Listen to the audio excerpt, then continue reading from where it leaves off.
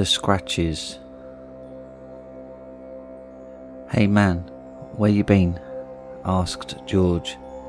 "He's one of my friends." "Teacher forgot about lunch, apparently," I said.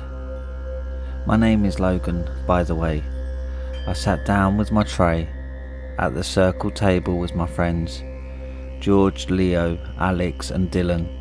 We're all juniors in high school. We live in Columbus, Ohio. We're pretty nice to each other. We always stick up for one another whenever we're faced with adversity. I don't know what I'd ever do without these guys. Actually, since we're such good friends and feel perfectly safe when around one another, we'd find ourselves doing silly little rituals, you know, like the Bloody Mary thing.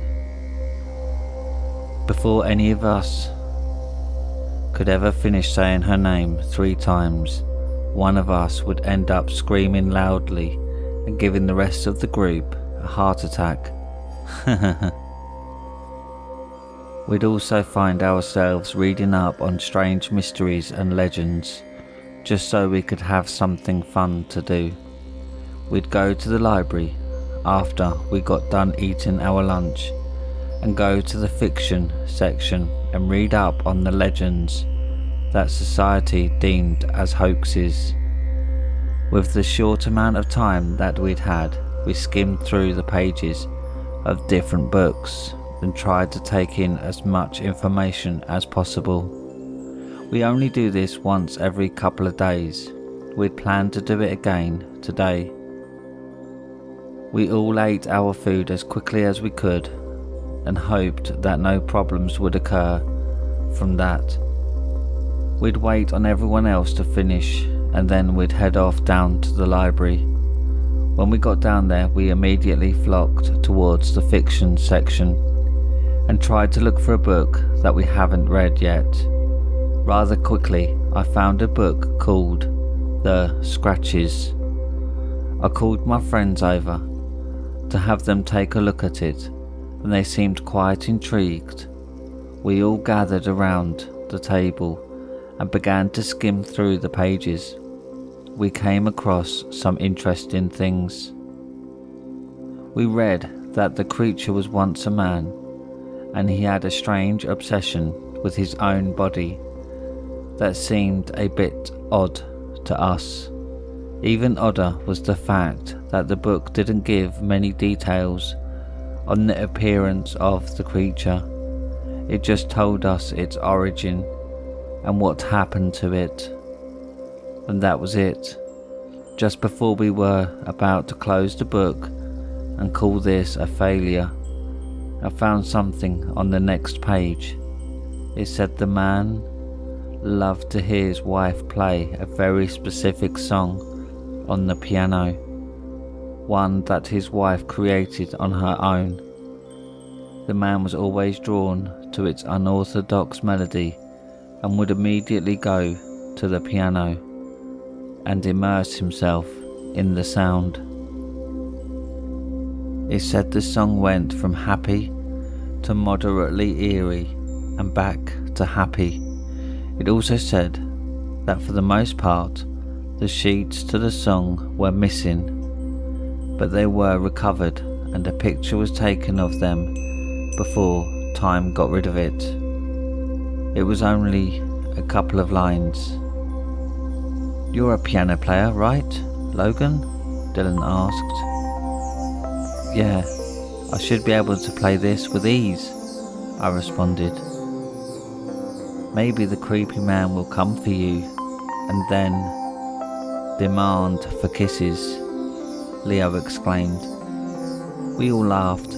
Leo was always the comedian of the group. I took a quick picture of the recovered sheets.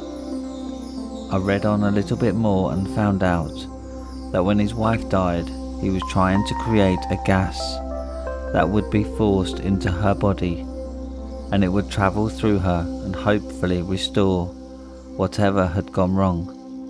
But unfortunately for him, the gas escaped the jar that it was contained in and it ended up being a complete failure and transforming him into a schizophrenic and careless man.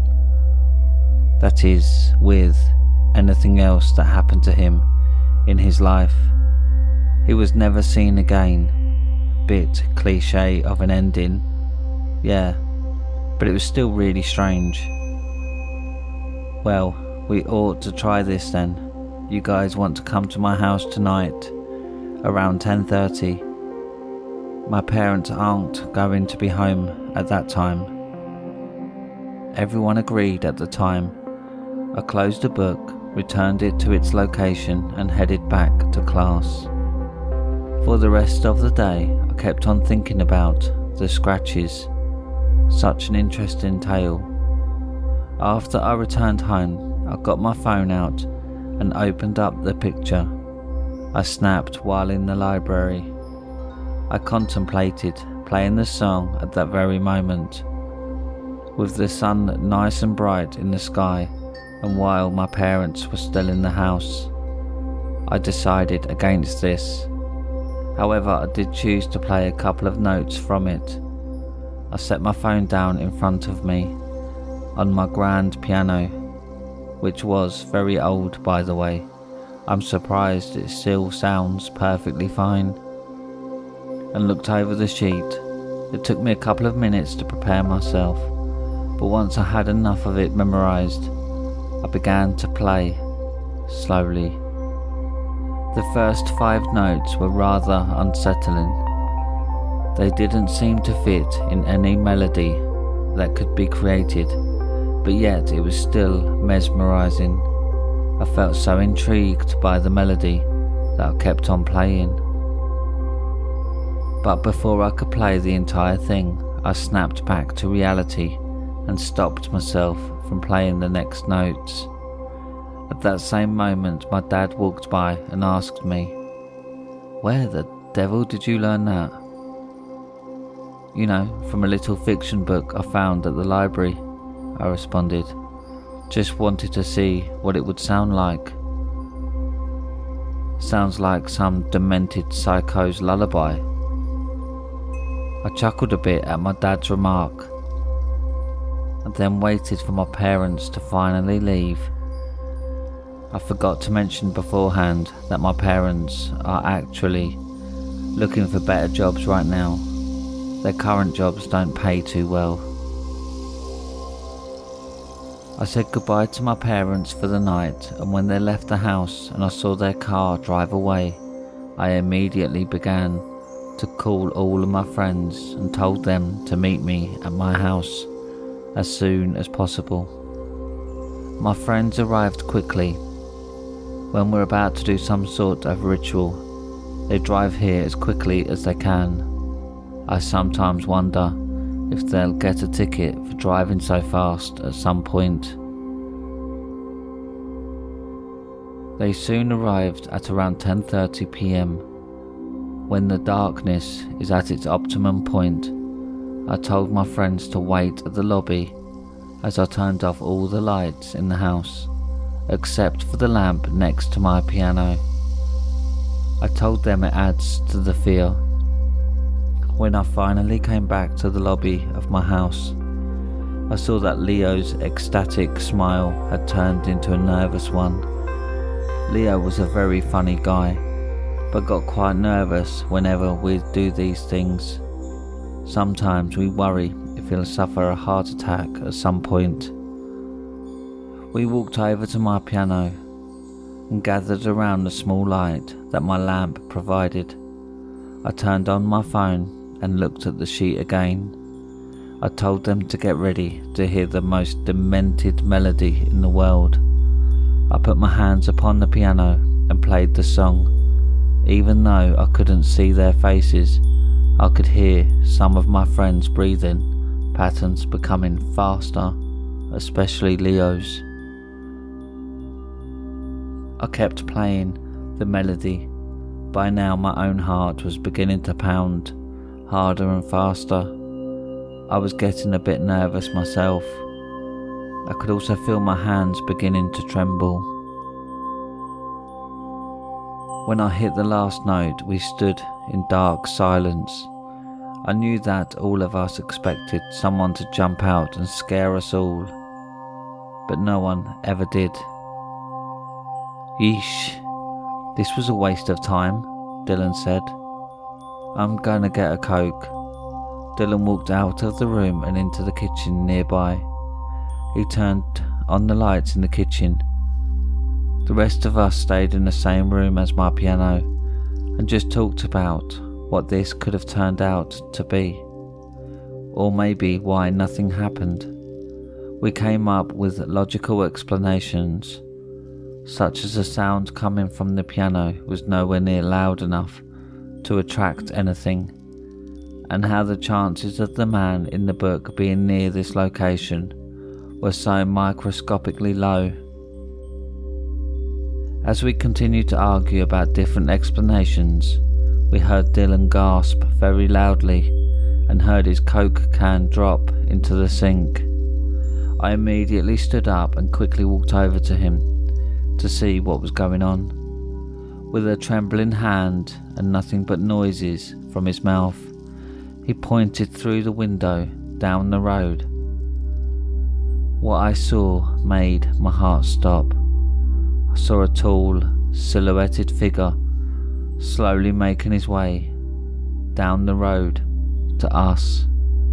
I saw a big chunk of black in the middle, and on the sides I saw figures of arms and long thin strips that stretched down to the ground from his hands.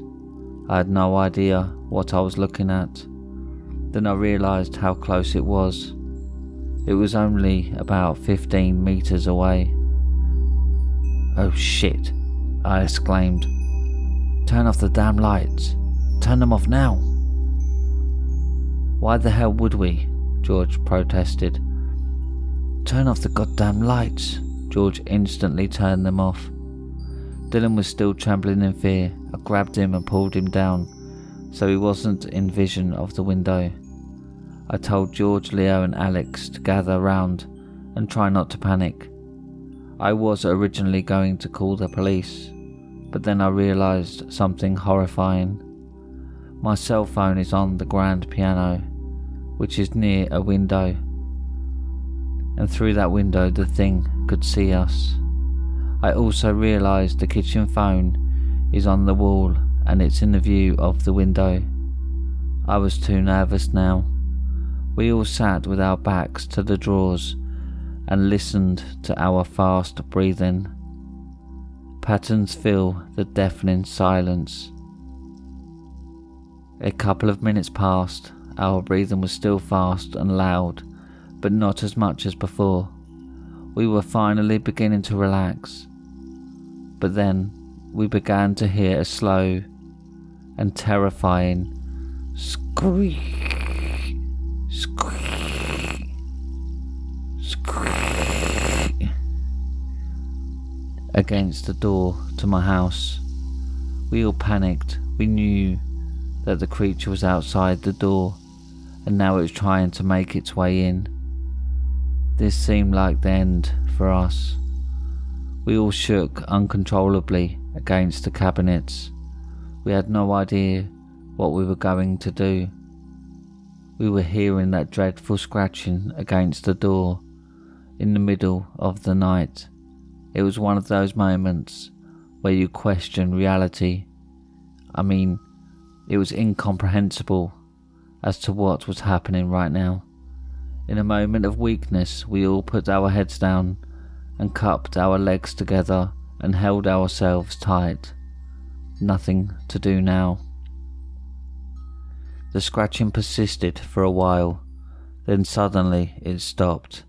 The last scratch ended up being a long squeak and then cutting off completely. We began to calm down a little bit. No one sat up or said anything. We worried that the monster may still be there. Then somehow I gathered the courage to slowly stand up and walk to the door. My friends stayed clutching themselves and shaking and didn't bother to look up at me. I stood on my tiptoes until I had a good view from the windows in the door. I didn't see anything. I looked to the left and then to the right. Nothing there. I let out a potentially premature sigh, but I was just happy not to see or hear it anymore. I told my friends that the creature was gone, injecting them with blind hope that I had. They stopped clenching themselves and got up. I could see by their expressions that they had just endured the most terrifying moment of their lives. We could all see it in all of our faces. I offered them a stay at my house for the night up in my bedroom if they wished. None of them wanted to stay, and I understood. Strange at the same time though, as the monster could be lurking around the neighbourhood somewhere. I might catch them. God, I've never felt more like a child. I waved to my friends and said goodbye as they staggered out the door. I stood in my doorway and made sure that they all left without any trouble. Luckily they all did. With a small sense of dread, I went upstairs and went to sleep. I was haunted by thoughts of what just happened, including a nightmare. It was a horrible, horrible night. I was able to rest somewhat easy that night. Lucky for me, I rarely remember my dreams, so I did not endure one about that demon. Tomorrow felt so dead.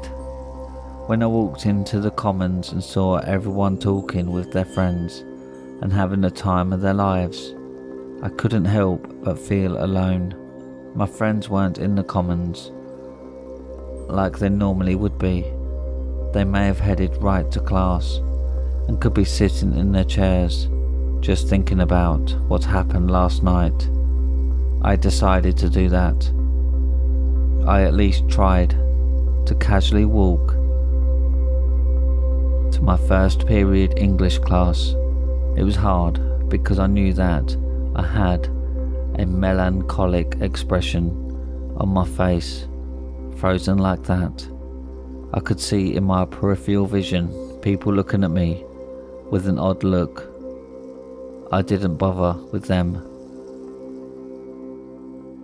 The rest of the day was depressing.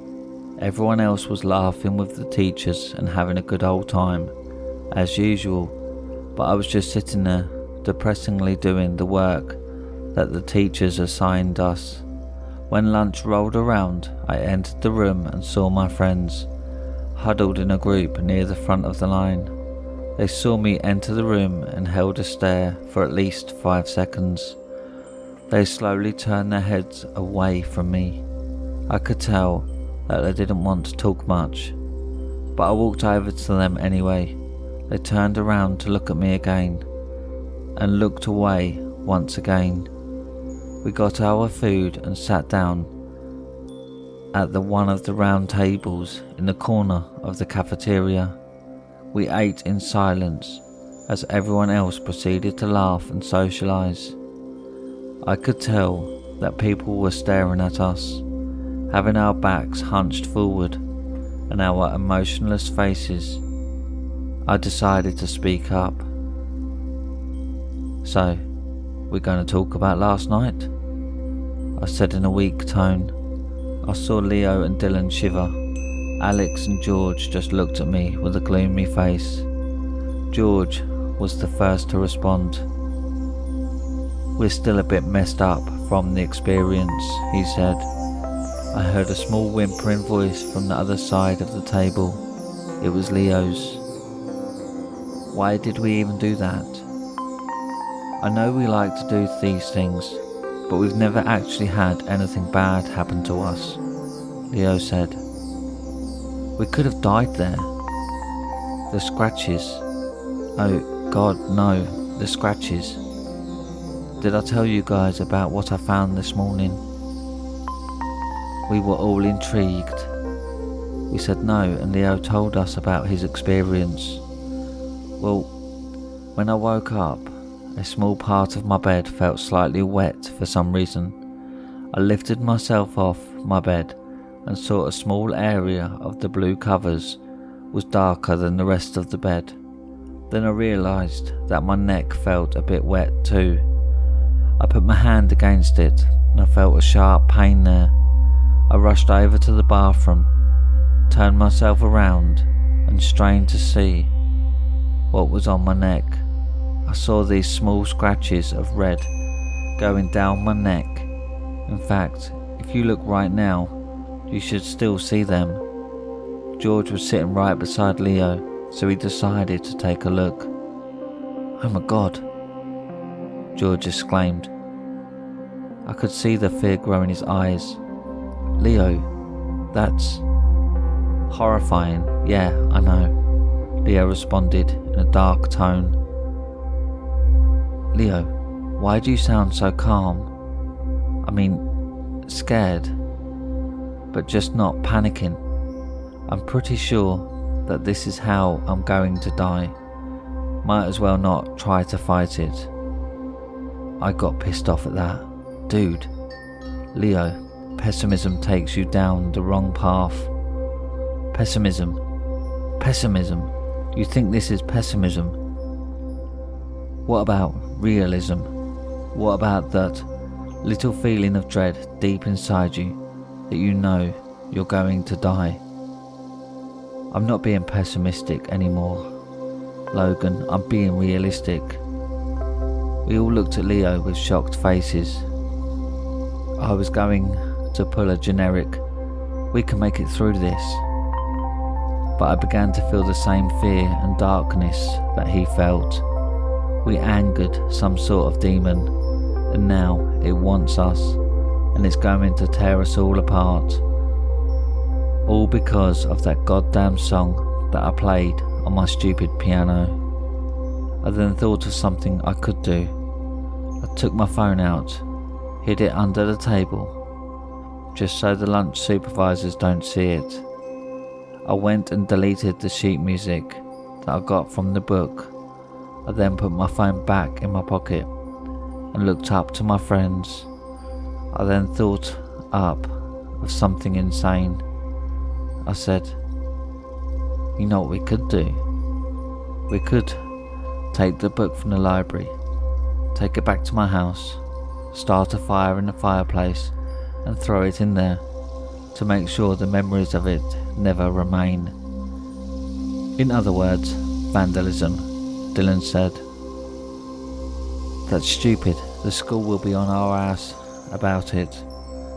"I know. That's why I also thought that we could just move to a different city or something." "Move to a different city?" Alex protested. He put his head down again and then said, "Actually, that doesn't sound like a bad idea. I don't want to be here. The monster could track us down again." "You guys can't be serious. You know there is no hope for us," Leo said. I was surprised when Leo said that. Out of anyone here, Leo, I never expected you to protest. You're the one that was the most scared, you know that.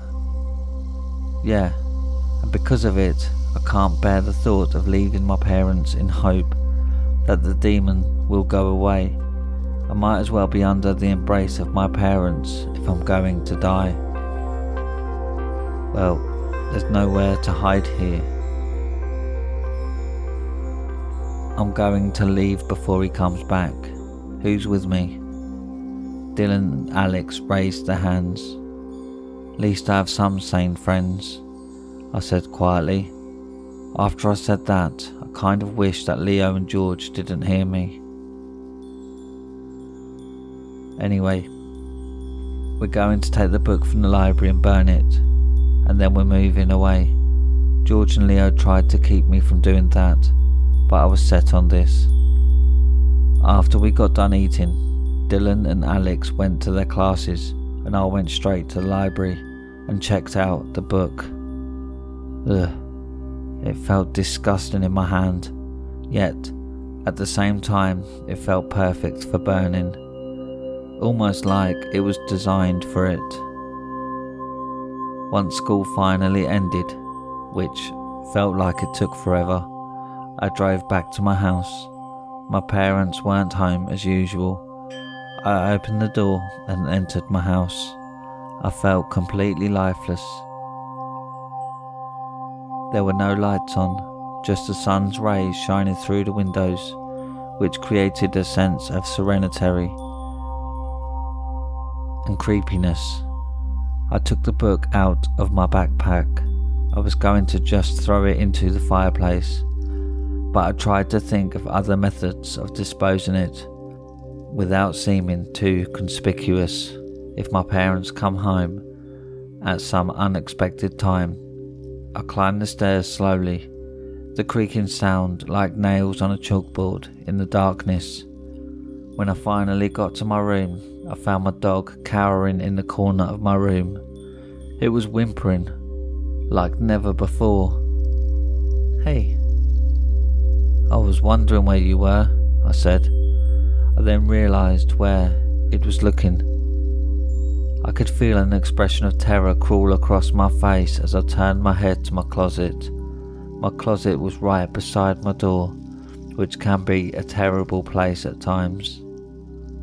With a shaking hand, I reached for the closet handle and slowly pulled it back. I flipped on the light switch. What I saw I'll never forget. I saw long, thin scratches along my white wall. I looked down to the floor and saw all my shirts completely ripped in half, completely torn apart. I lost it at that point. I said screw it to that room. I took my book, shut the door and locked it behind me, trapping my dog in there. Oh God, oh why did I do that? What am I doing? Why should I sacrifice an innocent life to save my own? Who am I? No, stay focused. I calmed myself down and descended back down the stairs, knowing that I'd never go back to the room. I went to my fireplace and immediately threw the book in there. Thoughts bombarded me about whether there might be a grave ramifications that come from this or not. Never mind that, I indulged myself in the wonderful sound of burning paper. I will forever remember this sound as the day that I sent away that dreadful creature.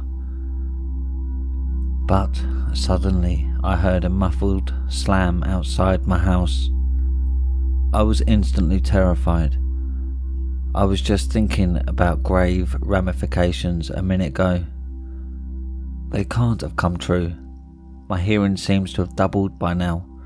I could hear the silent footsteps on the grass outside my house, above the savage flames devouring the book. The melancholic atmosphere didn't help at all. Either my heart reached the stage of horror I felt when I saw the monster for the first time.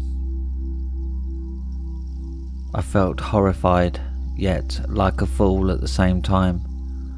I began to hear muffled talking about a minute after I heard the first slam. I began to calm down, but that calmness didn't last long. At that moment I was quite sure I screwed myself, because if it was my parents, then they're going to be shocked at what I'm doing and I'll have no explanation for them. However, if it was Dylan and Alex, then I'd be good. Somewhat. I turned to the fireplace and decided to close the screen. Luckily for me, the screen covered up the fire, so it couldn't be seen. I just have to hope that my parents don't hear the crackling of the fire. Then, the door opened. I stood up quickly, my heart completely frozen in fear. Thank the Lord it was my friends. I let out an inhumanly long sigh of relief as they came in, but then I took my own breath away, realising that my parents could come home at any minute. My friends turned to me and were a bit shocked at how my house looked at the time. and how I looked. They told me that my skin was really pale. I looked down at my arm and they were right. Good God, you look like you've seen a freaking ghost, Alex said, in such a voice that I could tell he was trying to veil his nervousness. Something along those lines, I responded without putting much thought into it. Excuse me? Alex asked. Damn it, why did I say that? I decided not to try and lie my way out of this. I'm a horrible liar. Well, I went upstairs to find a less conspicuous way of disposing of that wretched book, such as, I don't know, flushing it down the toilet. But anyway, I decided to go to my room to look for something else to destroy the book with, when I found my dog cowering in the corner of my room. I saw it looking at my closet. I turned around, opened the door and saw long scratches down the wall and my shirts torn in half. Dude, what the... Our conversation was interrupted by the sound of my dog whining and scratching against my door. I muttered, shit, under my breath and ran up the stairs and to the door. I could hear my dog's panicked scratches and crying so loudly. I swung the door open and my dog looked like he'd been on the streets for at least a year. His fur looked greasy. He had a panicked look on his face. My dog ran past me faster than it ever ran before. It ran to the basement. Holy shit, Dylan exclaimed. Logan, did you see that? Unfortunately, I replied in a mournful tone. I'm going to take a quick look as to what it was yelping about. I turned back to my room and opened the door slowly, dreading what may be inside. I saw 4 long scratches down my bed and my covers were on the ground. My window was also open, but not shattered, and my curtains were also torn in half. I found myself slowly backing away from my room and beginning to feel nauseous. I had to hold on to the rails of the balcony in order to keep myself from falling to the ground. Oh my God, Logan, are you alright? Dylan asked. Not exactly, I said as I drained the remaining energy within my body left. The last thing I remember from that moment was hitting the ground and my vision slowly collapsing into the darkness. I woke up groggily. It took my eyes a minute to sharpen to my new surroundings and I felt this irritating throbbing in my head. Good Lord, where am I? I asked weakly. A voice, Alex's, responded. Welcome back to reality, Logan. You passed out or something, so we drove you here to a hotel. We were waiting until you woke up to walk in. My family and I have been to this hotel before, and it's quite a ways from our neighbourhood, so that's good. What about the people that walked by and saw me lying down in the back seat? Well, one person walked past our car and he didn't bother to look in the window. Sheer luck right there. I chuckled a bit, still groggy from waking up. Well, shall we go into the hotel for the night? It's already 9 PM, Dylan said. We all stepped out of the car. I struggled a little bit and checked into the hotel. We finally got to our room. 2 beds, a TV, a table, all that basic stuff. Then I realised, what if I forgot my phone? I immediately asked one of my friends where my phone was. Yeah, I set your phone On the table right there, Dylan said, pointing to the table sitting beside a window with closed curtains. Thanks, man, I responded. I picked up my phone and saw that I had a new text message. It was from Leo. I opened the message and read, "Hey man, how's it going? I invited George to stay over for the night. We're hoping to see the sun again. But, I have something I think I should tell you. When you were playing that song on the piano, I actually had my phone out and recorded the motions of your hands. We're going to try to play the song tonight and kill the demon." I froze. I don't even know why I froze. I mean, I didn't like Leo and George as much as I used to, because they decided to stay behind. I turned to Dylan and Alex and said, "Hey guys." Leo just texted me, saying that he's going to attempt to kill the monster. "The hell?" Alex asked. "He doesn't have the sheet music of it." That's the thing. Leo apparently recorded the motions of my hands with his phone. Did he say why? No. He just told me that he and George are going to attempt to kill the monster. Dylan didn't say anything. I looked over to him and saw him subtly shake his head. Then he spoke up. "How about this? We'll wake up tomorrow morning and drive back to the neighbourhood and see if they're still there," he said in an emotionless tone. "If they are, great. If they aren't, well, we're still moving to a different city." Dylan sounded unbelievably apathetic. This was unusual for him. Then I decided to give my small speech to him. "Guys, look at what's happened to us. We've stood the test of time and have been able to overcome any adversity that we've encountered. Now look where we are, completely separated. 3 scaredy cats hiding away, and 2 courageous and maybe ignorant lions facing their demons head on. We are pathetic." No one spoke up for at least a couple of seconds, but then Dylan said something that pushed me down again. "Do you even remember what Leo said at lunch today, Logan? He said that we've loved doing these things, but nothing bad has ever happened to us." "Logan, you're still holding up an invisible shield. It's time to face the truth." I stared at Dylan with my mouth open. "I have no words," I managed to push out. "Make your decision. Anyway, I'm going to watch the news and go to sleep.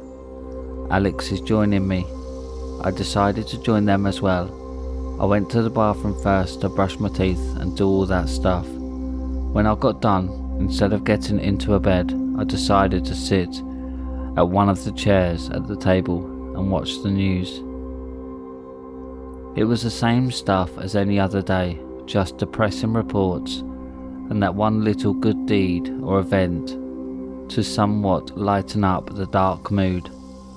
I began to doze off, that is until I heard something on the news that shocked me. There was a fire going on at the address Leo was on. My heart jumped out of my chest. I looked at the clock. 10:09 p.m. it read. I asked Dylan if I could borrow the keys to his car. "Dude, no. It's my car, not yours." "Dylan, you dipshit. Leo and George are in trouble." "We have to do something," I exclaimed, terrifyingly. "You have to do something. We're sticking to our plan." Then I said something I never thought I'd say to my friends. "Fuck you guys." I then leaped out of my chair and slammed the door behind me, potentially rousing sleeping residents of the hotel. I ran down the hall and dashed down the stairs faster than ever before. I then ran past the receptionist and ignoring their cries as to why I was going so fast. I tore through the doors to the hotel and began to run all the way back to the neighbourhood. That was a mistake. My legs did not appreciate my decision. I was unfortunately not fit enough to run this entire distance without any brakes, so my legs began to falter in the middle of it. Once I had left all of the main lights and began to run down one of the darkest roads in the town, I began to grow nervous. There were only a couple of streetlights every 20 metres, providing only a small haven for me to take breaks in if I so wanted to. I kept running, but then I was forced to stop because my legs couldn't take it anymore without a break. I rested under a streetlight and tried to catch my breath. I was panting so hard it felt like I was going to pass out at any moment. But then I heard something that made me want to end it myself before anything else could touch me. I heard that dreaded squeak, squeak, squeak, quite a ways behind me. No, oh please God, no. I began to mutter to myself. I could feel tears beginning to form. I slowly turned my head back around and saw it. That fat piece of shit that was approaching our house 2 days ago. I was paralysed in fear. I could feel my muscles begin to weaken, knowing this may be my end. But what made me regain that waning strength was the fact that the monster was walking slowly to my direction. Then it stopped. It stood there for maybe 5 seconds. 5 long, excruciating and horrifying seconds. Then it raised its hand, brandishing those long fingernails that it had. I felt like vomit at this point. I'm tired as hell, and now the monster that tried to get us before is right in front of me. Then it began to run at me. It was humorous in the way, but unbelievably horrific. I then turned around and tried to run. My entire body was shaking so much, it was almost impossible to move. Have you ever had that feeling where you're being chased, or you feel like something is gaining up on you? Like that little force from behind you. That's what I felt. What came first was that force, and then I began to hear brief yet heavy footsteps getting closer and closer behind me. I couldn't see him, but I knew that he was close. I then found myself falling to the ground painfully. I was quite sure that the collision had rendered my arms temporarily useless at this point. Still shaking and on the verge of tears, I slowly rolled over and saw the creature standing over me. Its head was covering the moon. I could feel my lips trembling so much, and I could feel small streaks of water descending down my cheeks. Memories of my life, just to evaporate to the skies. Then I felt 8 hard and cold things gather behind my head and lift me up to the creature. It didn't take long for me to realise that those 8 things were the thing's fingernails. I immediately felt disgusted and vomited over my shirt. I looked up again and saw the creature's face. It was extremely pale. It had no lips and large, white eyes staring directly into my soul. I could hear its slow and demonic breathing as well. We both looked at each other. It looked like it was examining me. Spontaneously, the creature growled and lifted its hand up, its fingernails looking like 4 swords, ready to slice me into pieces. I immediately punched the creature in the face and was able to give myself enough running room. but before I could get far enough away, I felt 4 sharp and painful scratches go down my right leg. If I wasn't careful enough, I would have fallen down again, but I was, somehow, able to keep my balance and continue running. If you think about it, with my legs already getting tired and sore and getting cut, I must be the luckiest man on earth. A couple of minutes into the run, I began to see flashing lights from above the trees. Yes, that must be where the house is. What a foolish remark. Been happy to see fire trucks trying to take out a fire in your friend's house isn't something to be ecstatic about. I made a final dash, which was later another bad decision, as that completely killed my legs, and was excited to see both Leo and George standing outside of the house, shaking in fear.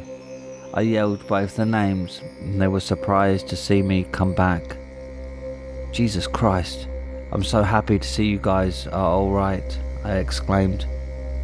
Boy, are we glad to see you too, George exclaimed. It was hard to talk above all of the flames and rushing water. Dude, the fuck happened to the house? I yelled. That's actually a funny story, George responded. We ended up playing the song. Well, I ended up playing the song. Nothing happened for a bit. Suddenly I began to hear crackling from the kitchen and Leo screaming to get the hell out and call 911.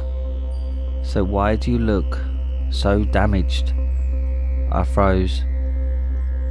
I didn't know if I should have told them about the monster or not. Should I make them even more nervous, considering the fact Leo already lost his house? We stood and stared at the blazing house. Leo never spoke a word. All I could see was an emotionless face and a dead glare.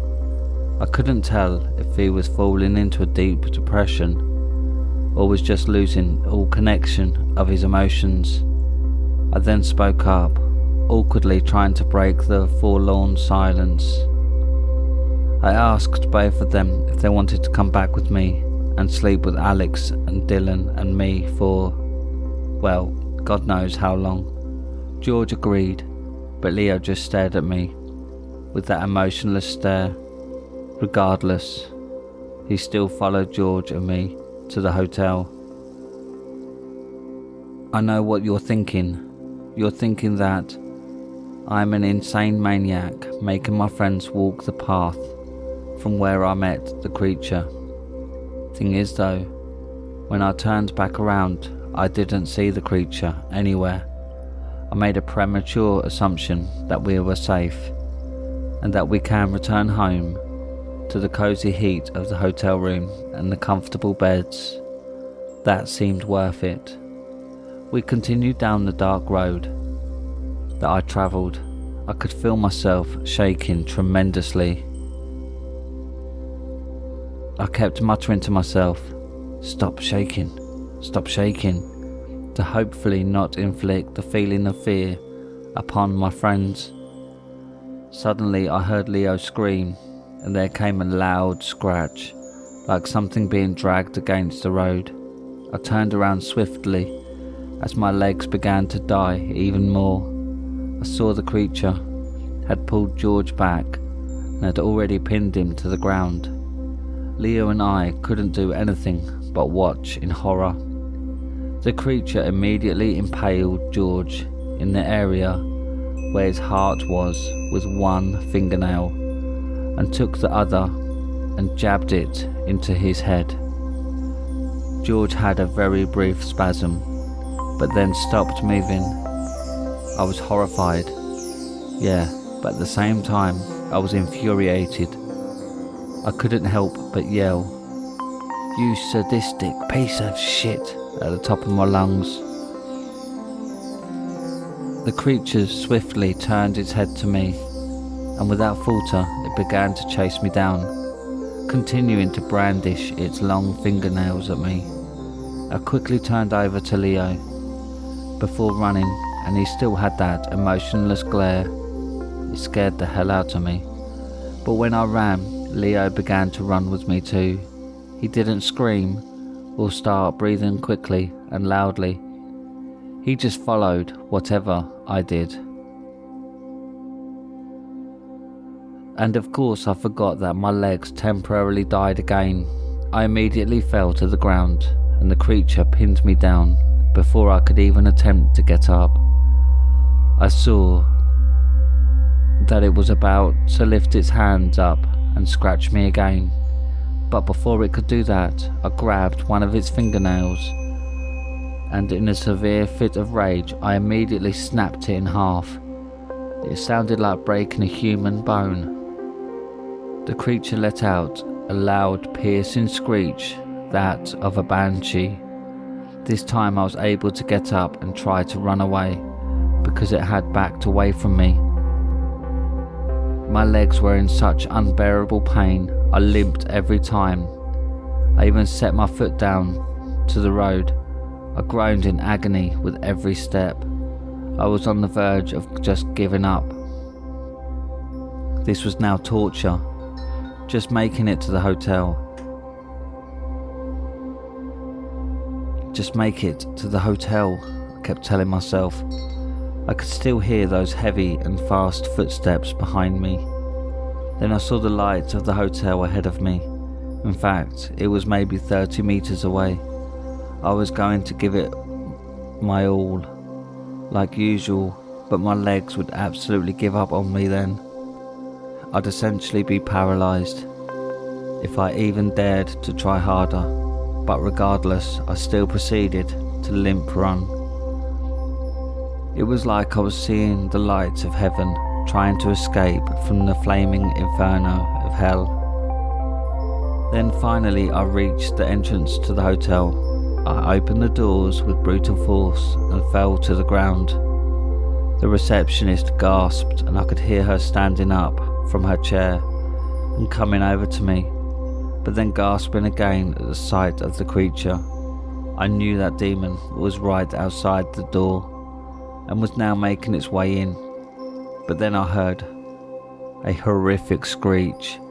I immediately turned myself over and saw that the creature's remaining fingernails were cut in half, and they were now lying on the floor. The creature let out deafening cries of agony as it tried to suppress the pain. Then it ran back to the door and used its remaining fingernails to create scratches in the glass, completely shattering it. "Holy fuck," I exclaimed. The creature stood in front of me, and without any hesitation, it scratched my face. Oh God, the pain was excruciating. I let out a scream and began to cry at the same time. It scratched me again. This time the pain doubled. I let out another scream and cried harder than I ever had before. I saw it lift up its hand again, but then I saw a baseball bat come into view, and I saw the pieces of the creature's fingernails go flying off once again. The creature let out yet another scream. This time I was pretty sure it had aroused the entire town. I was able to use my arms to drag myself away from the creature. I saw that the person who had hit the creature with the bat was the receptionist that had nearly fainted. I looked up at her and she looked at me. We exchanged brief glances and she looked back at the creature. I knew that we were both expected the creature to stop screaming and attack us, but instead it screamed one last time. I could never be sure, but it sounded like a muffled, distorted version of Leah. The creature then staggered in agony out of the hotel. The only noise left was the commotion of the residents upstairs and our heavy breathing. Leo, Dylan and Alex rushed down, gasped at my face and immediately asked if I was alright and what had happened. I'm fine, I said, with a waning voice. I felt like I was going to die. I then said, with much pain, the creature chased us down from Leo's house, and it chased us here, and nearly killed me. If it wasn't for this I paused to catch my breath. If it wasn't for this receptionist, I may be dead by now. I'm going to call an ambulance, the receptionist said. I set my head back down on the floor and stared at the fading ceiling. The last thing I can remember are my friends sitting beside me, saying that I would be alright, and the other residents of the hotel talking about what just happened, and then the sirens and the flashing lights. I woke up in a hospital bed and saw my friends sitting at the corners of the room. I didn't have the energy to turn my head, but I could see from the window above me the sun's rays shining through. You've been out for a long time, dude, Alex said. 5 hours to be exact. I spoke, but it started off as me just blowing out air. How does my face look? I asked in a raspy voice. They said that it's going to take at least a few weeks to heal completely, and it's nothing they've ever seen before, Dylan said. I wasn't too upset. I don't know why, to be honest. I was just accepting of it. Then I asked a question that our friendship relies on. Do you think that we could ever be the same after this? No one responded for a while. It was quiet, peaceful. Then Leo spoke up. No one knows what adversity truly is until they experience something like we did. Leo then put his hand over his face. Alex walked over to Leo and tried to comfort him. I looked down at my hand and began to think about the creature. Why did it kill George? Why did it look that way? I lifted my head up slowly and said, Do you guys know what I found strange? When the receptionist hit the creature's nails with the baseball bat, it screamed. I think it was Leah. Dylan and Alex both looked at me with skeptical faces. I'm sure they were thinking the same thing I was. Love. True love.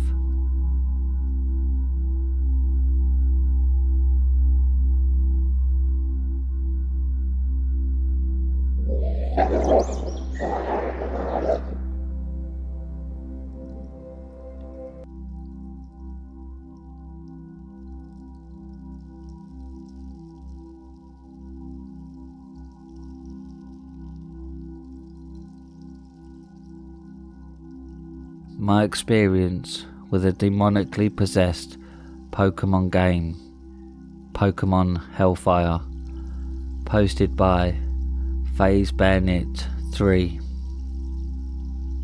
No one will believe this, as it's been done many times with creepypastas before, but to at least get it some attention, I've written it as a creepypasta.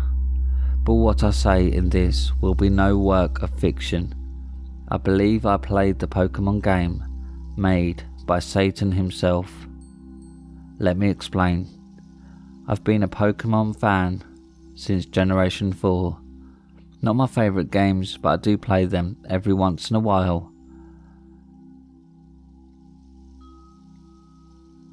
My favourite is Gen 5. And last week I went on eBay to check if there was any Pokémon merchandise I could get for cheap, since at any store it'd be at least $60. I searched up everything I could think of.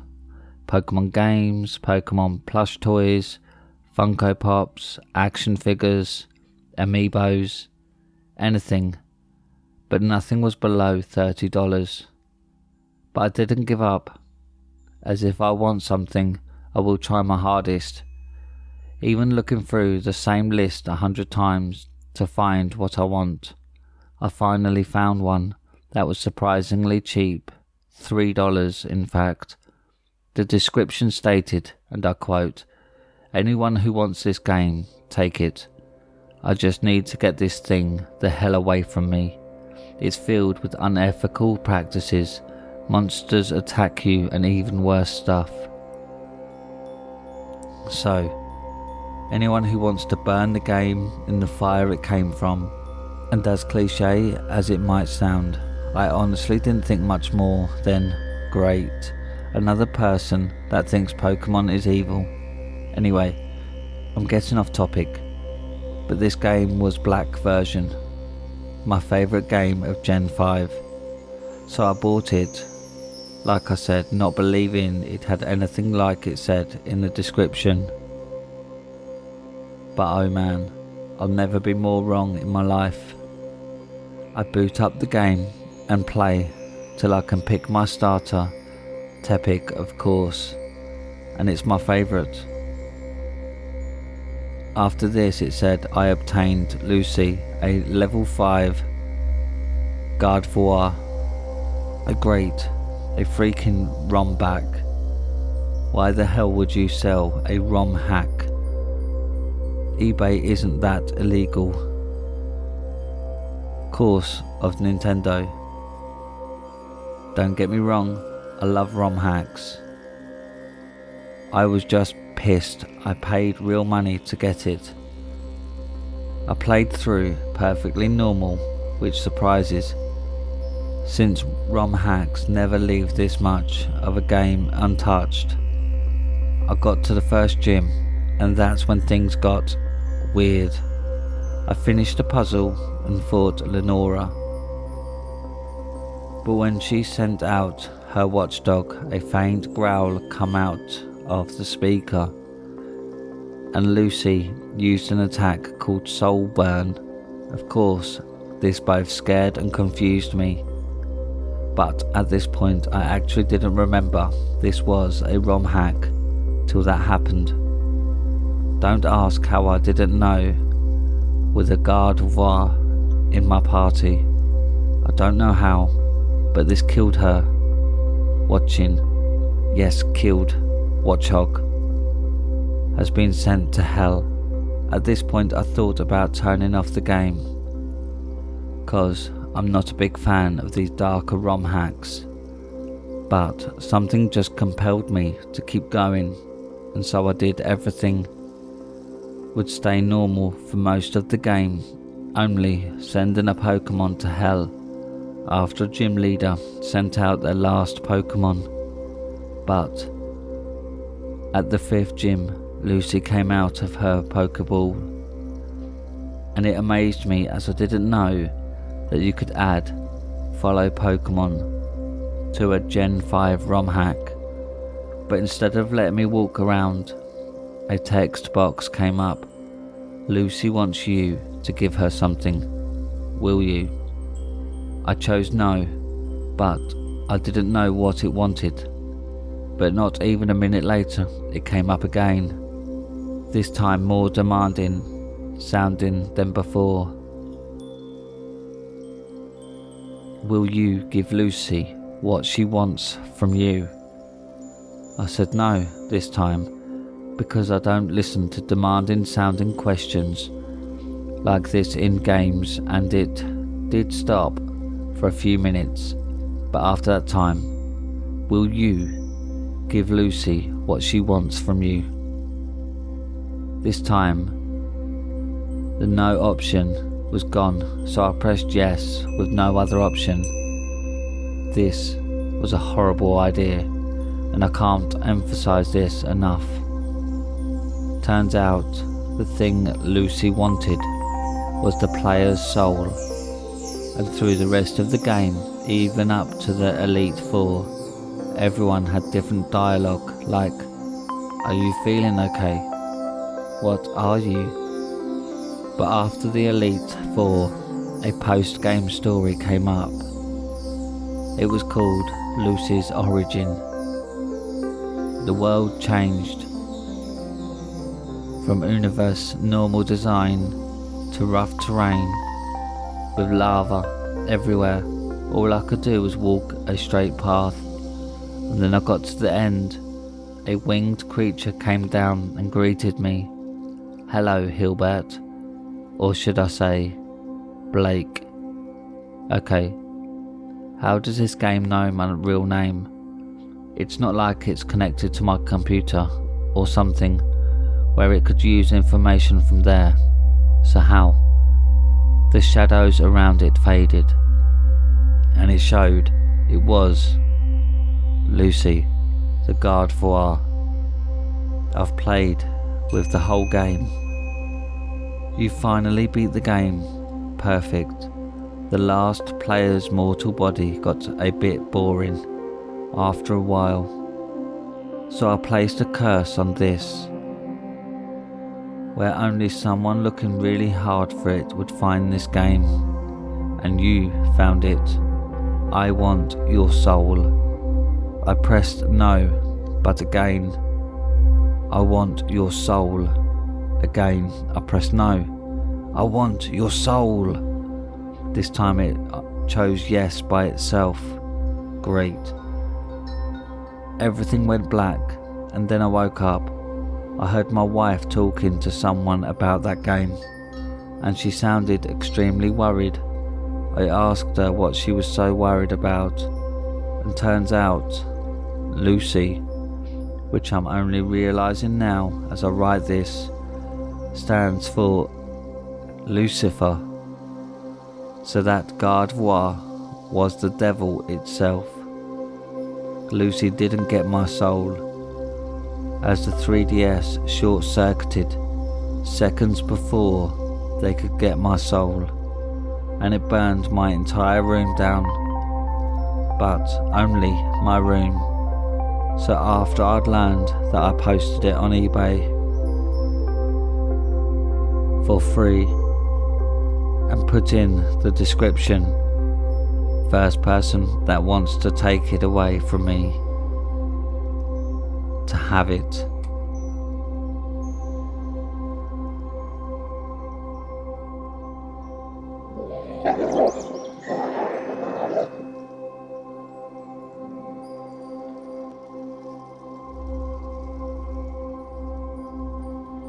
And that's it for tonight, my little hellhounds. Thanks for listening. If you've enjoyed tonight's scary stories, then don't forget to subscribe and click the like button, as this really does help the channel. And don't forget to click the bell icon so you get notified every time I upload.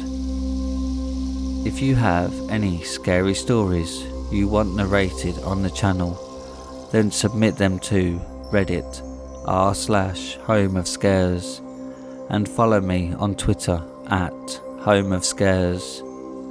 Now, good night, my little hellhounds.